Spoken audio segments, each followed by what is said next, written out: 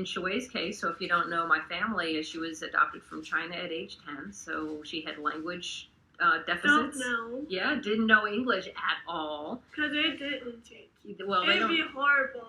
Yeah, well, and you came here, and then let's just say her education has been sketchy since we got here. And a lot of grades were skipped around. She missed a lot of content in early years for grammar and foundational academic skills that they're pushing forward now. She's in finishing up, middle school grade, and their focus was on completing assignments instead of teaching skills. And if you're even a moderately engaged parent, you probably know that there are what things your kid struggles with, and it may not be grade level material. So SOL-driven education is very geared towards pushing forward to work on those skills for those tests coming up in the spring, which probably won't happen.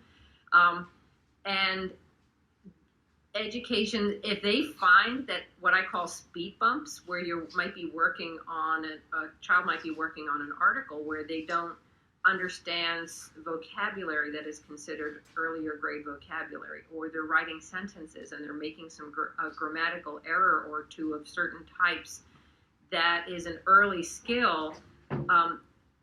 Public school is not geared to stop and teach that skill. Public school is geared towards pushing forward, and they keep hitting that speed bump, and imagine being that kid and staying frustrated. So so what I decided to do also, because of known gaps in her education, is, we're going back and covering what she needs, why she needs it, because she needs it, and part of it is because so Shui has she's a specific learning disability, which has to do with just putting things together and comprehending and making that work. And a lot of it has to do with language acquisition, and a lot of her testing was done in assessments for native speakers when she didn't speak English, and you can imagine where that went. So I want to sort of demystify something for you. So for a child to receive special education services, and this, I'm going to gear this for everyone, and you're going to see why in just a second, is for a child to read special education services, they have to be identified in one of 13 disability categories. And then there's supports, which are called academic support system. And I'm going to read you some in a little bit, but they're federally mandated, which doesn't mean they always happen or half the time happen. But it is federally mandated that children, once identified as requiring an individualized educational plan, which is an IEP, gets assistance or help based upon their disability. And if they're hearing impaired or visually impaired, they get specific accommodations for that. But then you also have kids who are twice exceptional, where they're really brilliant, but maybe they're on the spectrum somewhere. And so they receive special education services, but they're gifted at the same time.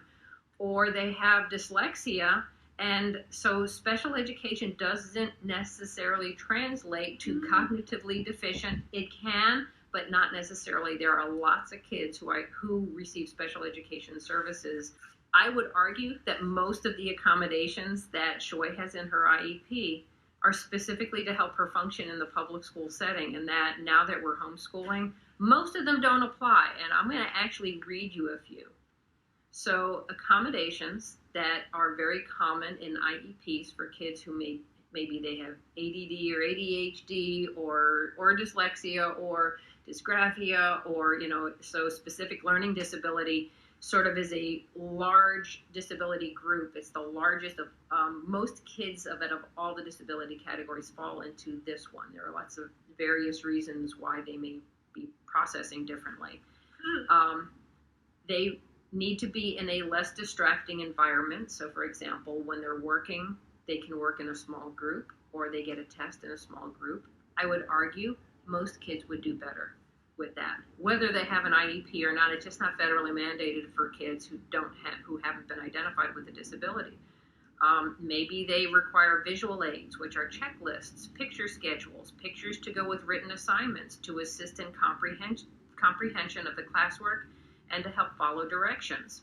I would argue most kids would probably benefit from that. They perform better in a small group where you can maximize your understanding of verbally presented instruction, repetition of instructions or directions to check for understanding, chunking assignments to check for understanding and accuracy. So if you have a multi-stage assignment, which frequently happens, especially when you have math and word problems and you're talking about comprehension and math at the same time, you break things down into steps that are related to each other, check for understanding, and then make the connections.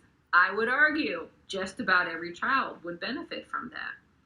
Read instructions to the student and have the student rephrase directions back to check for understanding and clarification. Audio versions for kids who need who benefit from listening as well as reading. Utilizing graphic organizers and checklists and calendars and things to help keep things together. Access, so Shui, because of her language deficit, she has access to a portable word processor, or she did at school, or she was supposed to, that had word prediction software to help her complete assignments on the grade level while she was catching up with language. Makes a lot of sense, right?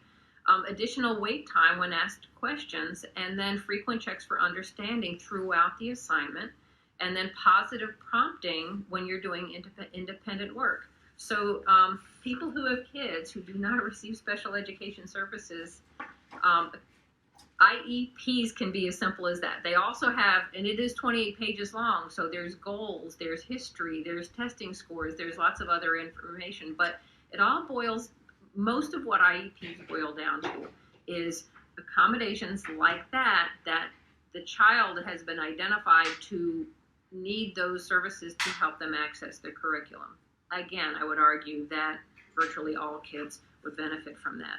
So if I were to share anything with you guys for starting this off, is have a powwow with your kids, sit down. These are unusual times. People may understand that to varying degrees or not, and just this is new territory for everybody. You do need to acknowledge that yourself, have patience with that, and kind of just meet it as it is and try to go forward as positively as possible. If you work from home, or if you have to work from home now, I will tell you, as somebody who works from home, when we transition to this, I changed my schedule, so I am up working at 6 a.m. in the morning, so I can get in a good 3 to 4 hours worth of work before Shui and I start. And I like it because I can focus better, and I'm going to be wrapping up quickly because the garbage truck is coming by. I had to change that. If a curriculum is supplied to you and it works, great. I'm going to be posting things like I don't know if I posted Khan Academy, but there's so much stuff on YouTube. Don't worry about your kids falling behind. Just do something. Follow their interests. If they're interested in science fiction, and there's got to be, watch movies together and have conversations. Have a globe nearby to talk about where things happen when you see things happening. And I'm going to post each morning here. If you have anything in particular you want me to talk about, post some comments, and I will try to point you to resources. All right. I hope this was helpful to you guys. Lighten up, take a breath. There's no hurry. We've got time for this. And just enjoy your family. All right. Say bye, Shui. Bye. Have a Bye. good day.